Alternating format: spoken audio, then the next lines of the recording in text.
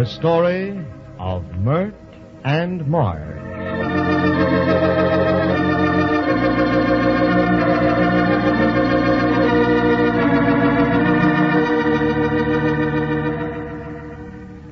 There was an important break in the Ray Hunt murder case in our last episode.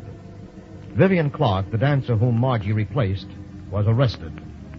Vivian admitted, after exhaustive questioning by Jack Arnold, that she had found Ray Hunt dead in his office before Myrtle discovered the crime. It's a startling development, and in just a moment, we'll see what happens in today's chapter of the exciting story of Myrt and Marge.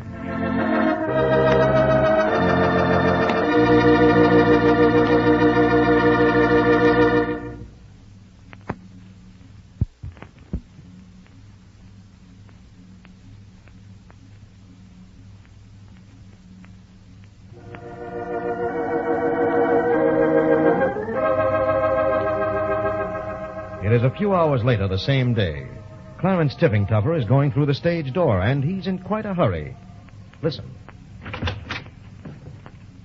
Oh, thank goodness I'm off the street. Those bloodhounds are driving me crazy. Hello, Clarence. Hello, Pat. Have any of the girls come in yet?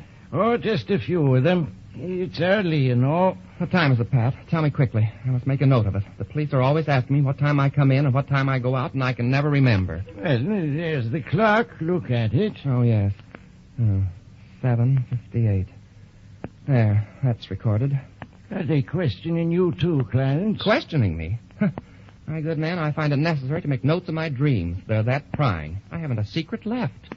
Say, why are they so particular about the time of everything? It's what time did they open the door, and what time did they close it? What time did you deliver the telegram? What time did you come back? Sure, a man would have to walk around with a watch in his hand every moment to answer them kind of questions. Don't they get impossible when you skip a mere minute or two? After all, a person ought to have a few private seconds that he can't explain. That's Captain O'Toole. He's the worst. And now, Mr. Arnold, he's nice. Yeah, Mr. Arnold's fine. Just fine. But that O'Toole, I think that he took the gun himself just to tantalize me. The gun? What gun is that, Clarence? Haven't you heard? Why, the gun that I... Well, that is the gun that was in the dressing room. Is that the gun that was used in the killing? No one knows because the gun is missing. It's missing, is it? Yes, and I've been commissioned to find it. The police are an absolute loss, but absolute. Hello, Pat. Clarence. Hello, Kate. Hello, Miss Myrt, Miss Margie. Ma, you look stunning in that hat, Myrt.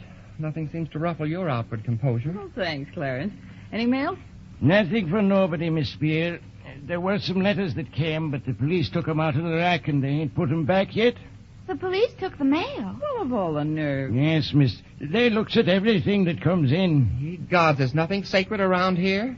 Well, if anybody pages us, we'll be down in the dressing room, Pat. See you later. Okay. Yeah, now there's two girls that's as fine as they make 'em. I hope nobody suspicions them. Myrt and Marge? Oh, they're as innocent as I am. Hey, Pippin Snuffles. Oh, dear, the Gestapo. That man again. Come down here. I want to talk to you. Hurry up. Oh, please, Captain O'Toole, not in that room. Hunt's ghost is in there. Hurry up. Yes, sir. Coming. Come in here. Sit down. Well, what have you got to say for yourself? Nothing, Captain, and couldn't we talk somewhere else? This office simply gives me the creeps. Sit down in that swivel chair and relax.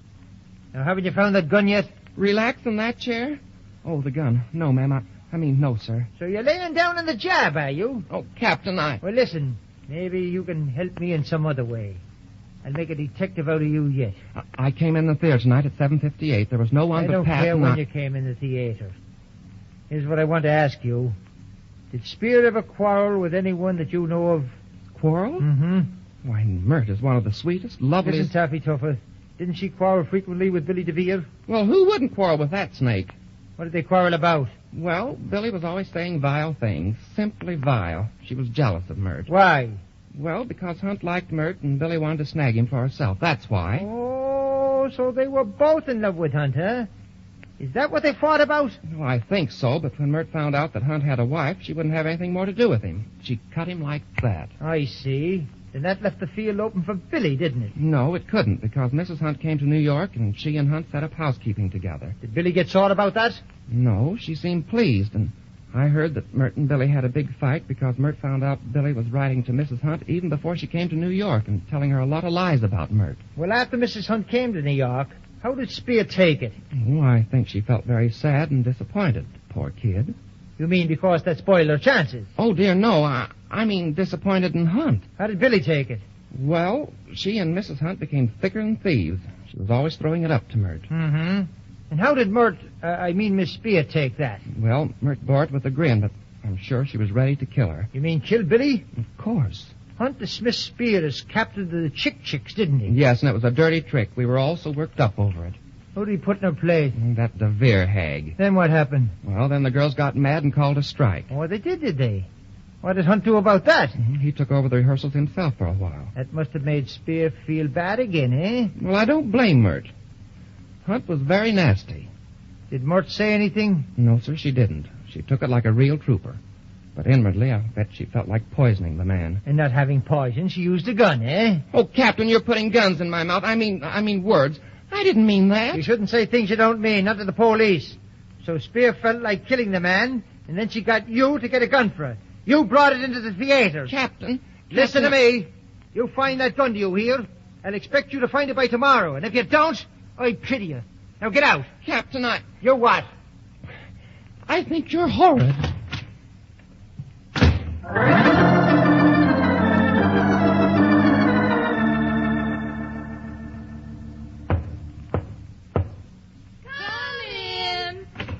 Who's in here?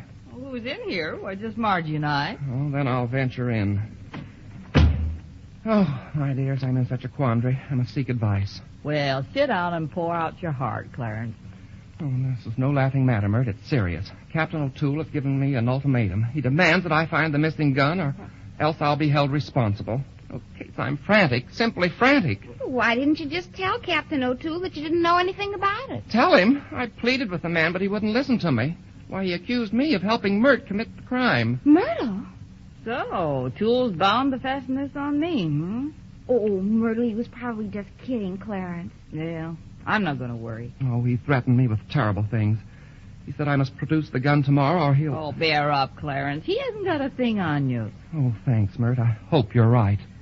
Now, the only thing I can suggest, Clarence, is for you to buy a book on how to be a detective. I did buy one. I've got it right here. Well, what does it say? Oh, it says to question all suspects and piece together incriminating facts. Well, whom do you suspect, Clarence? Oh, I don't know. Well, I'll be the first victim.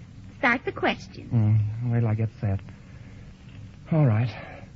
Now, Marge, you do remember Nell taking the gun out of my pocket, don't you? I certainly do. Good. What did she do with it? Why, you know she put it up on the shelf. You saw her do it. Oh, who took it off the shelf? Do you know? No. Oh, dear. Well, go ahead. Well, I don't know what else to ask. I know you didn't do it, Marge. Well, here come some of the other girls. You might try it on them, Clarence. It's only Gwen. No use asking her questions. What's the matter with you, Clarence? Gee, you look worried. Worried? Tilly, I'm in such a mental state my hair is receding. Well, I know a lot of people who are bald-headed, and they're a lot younger than you are, Clarence. Oh, perish the thought. Listen, Gwen, Clarence is trying to do a bit of detective work. He wants to question you. Who? Me? Yes, you, stupid. Sit down. Well, I am sitting. Oh, yes. Well, wait till I find the place in the book.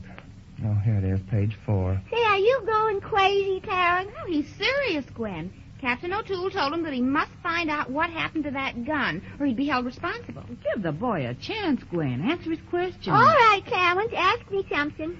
Now, Gwen, where is the gun that Nell put on the shelf that night? Gee, ain't it still up there? No.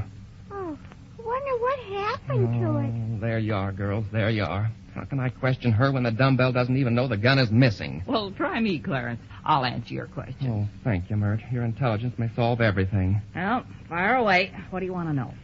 Well, Myrt, do you remember the night I came in here with that mangy coat? It'll haunt me to my dying day. Gee, you were funny looking. Oh, hush. You remember the gun that Nell took out of the pocket? You mean the gun you brought in here in the coat? I'm questioning Myrt. Oh. Where did Nell put the gun? Up there on the shelf where we keep the hat. Myrt, did you take that gun out of the shelf? No, of course not. And don't ask me such a question. Do you know who did, Myrt? Please try to think. Think hard. Well, let's see now. You brought the gun in here. Yes. It was in your coat pocket. Yes, go on. And Nell put it up on the shelf. Yes, Bedelia. Then Myrtle went upstairs, didn't she, Clarence? I think so, Marge. I'll question you later, though. After we all left the dressing room, who was left down here? Why, Who takes care of the headdresses and hats and things that are left on the shelf? I do, but... Oh, Marge, you well, can't... then you must have taken the gun, Clarence. Myrt! Oh, Myrt, how could you? Any of you gals need any fixing yet? If you don't, I'm just going to take these headdresses up on stage now. There she is. She's the one who takes the hats and headdresses up on stage. Stand where you are, Cora, and tell me, where is that gun? What are y'all talking about, man? What gun? Unhand me, Tip and Tuff, before I make hash out of you. Cora, I accuse you of taking that gun off the shelf. Who, me? Help! Well, girls, I've solved it. Excuse me while I report to Captain O'Toole.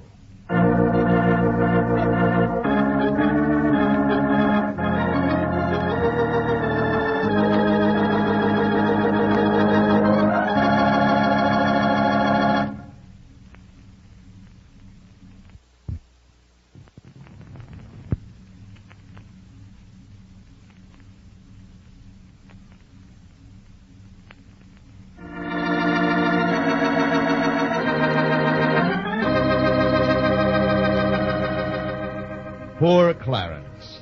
Captain O'Toole is driving him frantic. Maybe he'll find a clue or two in his role as amateur detective. Meanwhile, the arrest of Vivian hasn't taken O'Toole off Myrt's trail. Who killed Ray Hunt? Be sure to listen to the next exciting episode in the story of Myrt and Marge. This is Andre Baruch speaking.